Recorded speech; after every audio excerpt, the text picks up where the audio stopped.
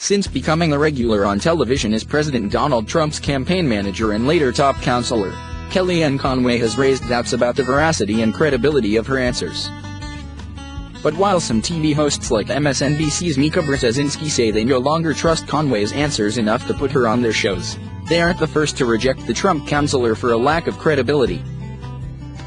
In 2007, Conway, then a Republican pollster running the research firm The Polling Company, was hired as an expert witness by Whole Foods in a lawsuit filed by the Federal Trade Commission in Washington. The FTC sued Whole Foods that year to block the upscale grocery chain's purchase of Wild Oats, a North American grocery store chain known similarly for its organic products, arguing the merger would reduce competition for organic goods and increase food prices in several markets. To support this, the FTC produced a series of internal company emails and public blog posts that showed the company's desire for Wild Oats' monopoly over its local markets. During the case, Whole Foods retained Conway to design a survey to support the testimony of David Skeffman, a former FTC official with experience testifying on behalf of companies in antitrust suits. He argued that Whole Foods and Wild Oats shoppers frequently shopped at other grocery chains and that these other supermarkets competed for the business of crossover customers. In other words, he was arguing that Whole Foods and Wild Oats couldn't raise prices without losing customers to competing grocers, voiding the FTC's concerns about a monopoly. But it didn't exactly pan out for Conway or the mega supermarket chain. The D.C. District Court threw out Conway's survey, saying it would not give any weight or consideration to it because of its methodology.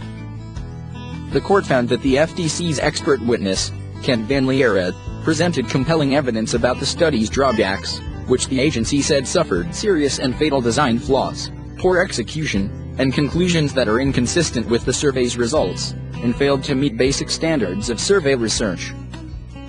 My overall opinion in this matter is that Ms.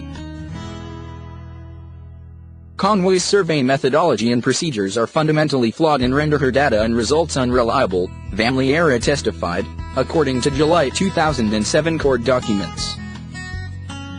In addition, it is my opinion that her survey does not provide a reliable basis to assess the issues associated with consumer perceptions of the substitutability of products and services across food retailers. Van Leeuwen said Conway's response rate was so low that her results cannot be considered reliable and included unqualified respondents who could not understand or could not complete the questions accurately. Her response rate, according to Van Leeuwen, varied from 6% to 0.5% of callers the pollsters attempted to reach, and over 20% did not reside in the zip codes designated in the survey. The court agreed that the survey was too complicated. The FTC argued that survey respondents said they shopped mostly at Whole Foods or Wild Oats, but responded to later questions saying they purchased most or all of the same product categories from other food retailers. Inconsistent survey results reveal the presence of underlying flaws in the survey design itself, such as the presentation of questions that are confusing, complex, and poorly worded, which here led to unreliable results, the FTC argued in its July memorandum in support of excluding Conway's testimony. Further, court documents said that Skeffman didn't ultimately rely on Conway's report, despite it being conducted on his behalf and cost Whole Foods over $250,000, according to court documents filed in July 2007. Despite the dismissal of the survey, some experts said that the court was probably too harsh on Conway's survey. It makes sense that you would have to cast a very wide net to find enough people who were somewhat regular shoppers at these stores, so the response rate doesn't necessarily bother me, Tom Jensen, director of public policy polling, told Business Insider. I'm used to that kind of thing if we're trying to survey people who listen to a particular radio station, for instance. But Jensen said the results suggested the court was correct that the survey was confusing. He said it was very curious that Conway's survey claimed to have interviewed respondents who were in the designated zip codes, yet included respondents who didn't live in the zip codes. The survey is unreasonably complicated for most poll respondents to be able to reliably respond to, Jensen said. There's no way people know off the top of their head how much they spend at different grocery stores on a monthly basis for different categories of products, so I agree that it's a stretch to make very broad assertions on that data. The court's rejection of the survey wasn't a rebuke of Whole Foods' position writ large. The court found the testimony from another Whole Foods expert witness, John Stanton, relevant in its description of grocery store categories. The case itself became less relevant as other grocery stores cashed in on the organic food trend, and Whole Foods attempted to lower prices on some goods as consumer spending dipped during the beginning of the recession in 2008. The two parties settled in 2009, with Whole Foods agreeing to shut down 12 Wild Oats stores and one Whole Foods and sell the locations that had already been closed.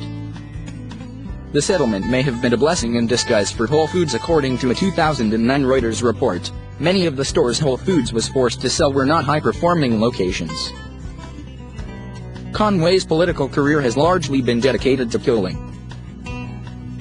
Before managing Trump's campaign, Conway for decades worked in Republican circles as a pollster, with a focus on female voters. Her group, the polling company, made almost $2 million conducting surveys for candidates like Sen. Ted Cruz, former presidential candidate Ben Carson, and Trump during the 2016 election, double the amount than any previous campaign cycle. Poor polling clearly frustrates Conway. The New Yorker reported that during a presidential debate in September, Conway chided an assistant who was tweeting unscientific polls from the then-campaign manager's Twitter account. Conway, Whole Foods, and the polling company did not respond to Business Insider's requests for comment.